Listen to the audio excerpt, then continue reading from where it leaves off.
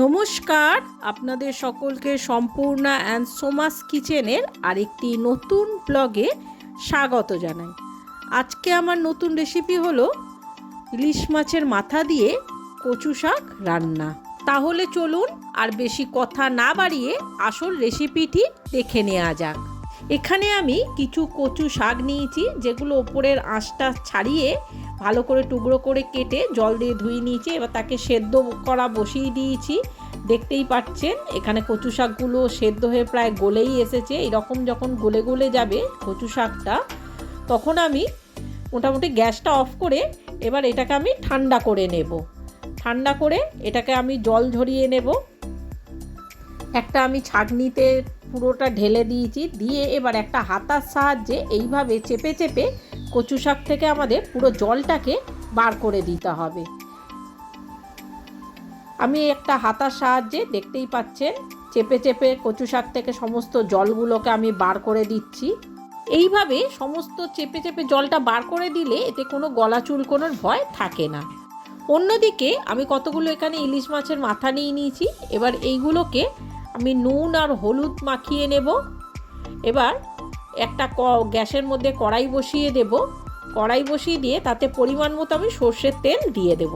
তেলটা যখনই গরম হবে তখনই আমি খুন্তির সাহায্যে কড়ার চারিপাশে তেলটাকে ছড়িয়ে দেব, যাতে মাছগুলো কড়ার গায়ে আটকে না যায়। এবারে এক এক করে আমি সমস্ত ইলিশ মাছের মাথা তেলের মধ্যে ছেড়ে দেব। দিয়ে এক পিঠটা যখনই আমাদের ভাজা হয়ে যাবে তখনই আমি ইলিশ মাছের মাথাগুলোকে উল্টে দেব। উল্টে আরেক পিঠ যখনই আমাদের মাছের মাথাগুলো খুব ভালো করে ভাজা হয়ে যাবে তখনই আমি এই তেল থেকে মাথাগুলোকে এবার তুলে নেব। সমস্ত ইলিশ মাছের মাথাগুলো আমরা তুলে নিয়ে এবার ওই তেলের মধ্যেই আমি কিছুটা কালো জিরে ফোড়ন দিয়ে দেব। দিয়ে এবার আমি এখানে 4টে বড় সাইজের পেঁয়াজ কুচিয়ে রেখেছিলাম, সেইগুলোকে দিয়ে দেব। পেঁয়াজগুলো সামান্য একটু নাড়াচাড়া করে এবার এখানে আমি কিছুটা নুন দিয়ে দেবো, যাতে খুব তাড়াতাড়ি পেঁয়াজগুলো নরম হয়ে ভাজা হয়ে যায়।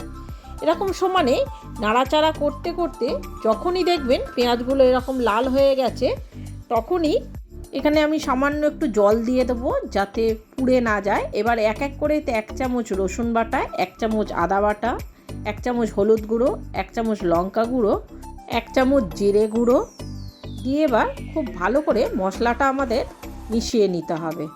মশলাটাকে এবার খুব ভালো করে আমাদের কষাতে হবে, তেল না ছেড়ে আসা পর্যন্ত। সমানে নাড়াচাড়া করতে করতে যখন দেখবেন মশলাটা খুব ভালো করে কষানো হয়ে গেছে আর এরকম তেল ছাড়তে শুরু করেছে, তখনই এখানে আমি 1 চামচ চিনি দিয়ে দেব। চিনিটা দিয়ে আবার খুব ভালো করে মশলাটা আমাদের কষাতে হবে। এবার মশলাটা যখনই আমাদের খুব ভালো করে কষানো হয়ে যাবে তখনই সেই জল ঝরানো কচু শাকটা আমি এতে দিয়ে দেব। কচু শাকটা দিয়ে এবার খুব ভালো করে কচু শাকের সঙ্গে মশলাটা আমাদের মিশিয়ে নিতে হবে। আর খুব ভালো করে এই সময় কচু শাকটাকে আমাদের খুন্তি দিয়ে ঘেটে ঘেটে দিতে হবে, যাতে একটাও কচু শাক গোটা না থাকে। এবার খুব ভালো করে আমরা কচু শাকটাকে খুব ভালো করে নাড়তে নাড়তে যখনই দেখবেন জলটা খুব ভালোভাবে শুকিয়ে গেছে তখনই এখানে আমি সেই ভাজা ইলিশ মাছের মাথাগুলো দিয়ে দেব। ইলিশ মাছের মাথাগুলো দিয়ে এবার কচু শাকের সঙ্গে খুব ভালো করে আমাদের ইলিশ মাছের মাথাগুলোকে আর কচু শাকটাকে মিশিয়ে নিতে হবে। এই সময় আমি প্রয়োজন মতো নুন দিয়ে দেব। নুনটা দিয়ে খুব ভালো করে আমাদের একসঙ্গে সব কিছু মেশানো হয়ে গেলে এখানে আমি 1 চামচ সর্ষে বাটা দিয়ে দেব। সর্ষে বাটাটা দিয়ে আবার খুব ভালো করে আমাদের এগুলোকে একসঙ্গে মিশিয়ে নিতে হবে। মিশিয়ে আরও 5 মিনিট আমাদের রান্নাটা করতে হবে। খুব শুকনো শুকনো করে নিতে হবে। কচু শাক যত শুকনো শুকনো হবে ততই এটা খেতে টেস্টি হয়।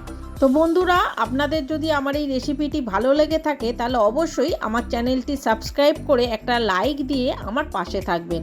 আমাদের কচু শাক রান্না কমপ্লিট হয়ে গেছে। তাহলে দেখতেই পাচ্ছেন কত সহজে আমরা ইলিশ মাছের মাথা দিয়ে এরকম একটা কচু শাক রান্না করে ফেললাম। তাহলে বন্ধুরা, আর দেরি না করে আমার এই রেসিপিটি দেখে একবার হলো বাড়িতে এইভাবে কচু শাক রান্না করে দেখুন। তখন আর ইলিশ মাছ আসলে আর অন্য কিছু রান্না করতে ইচ্ছা করবে না। ইলিশ মাছে মাথা দিয়ে তখন ওই একটাই জিনিস কচু শাকই বারবার আপনাদের রান্না করতে ইচ্ছা করবে। আর এই রান্নাটি একবার করে আমাকে অবশ্যই কমেন্ট করে জানাবেন আমার এই রান্নাটি আপনাদের কেমন লেগেছে। তাহলে আগামী দিনগুলোতে আরও নিত্য নতুন রেসিপি আপনাদের জন্য আমি আনতে পারবো। বন্ধুরা, আমার এই ভিডিওটি ভালো লাগলে অবশ্যই আমার চ্যানেলটি সাবস্ক্রাইব করে একটা লাইক, কমেন্ট আর শেয়ার করে দেবেন। তাহলে আজকের মতো আমার এই ব্লগটা আমি এখানেই শেষ করলাম। দেখা হচ্ছে আর একটা নতুন রেসিপির সাথে আর একটা নতুন ব্লগে। নমস্কার।